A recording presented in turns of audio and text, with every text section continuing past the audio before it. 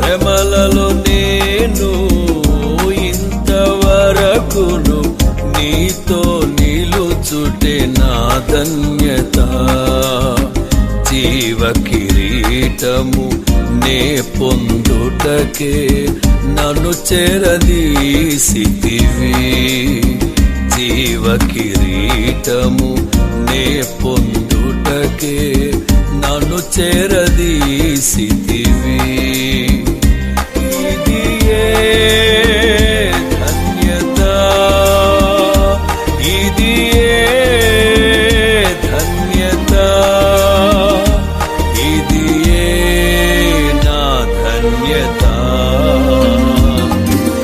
తెమ్ము తేజరిల్లుము అని నన్ను ఉత్తేజపరచిన నా యేసయ్యా.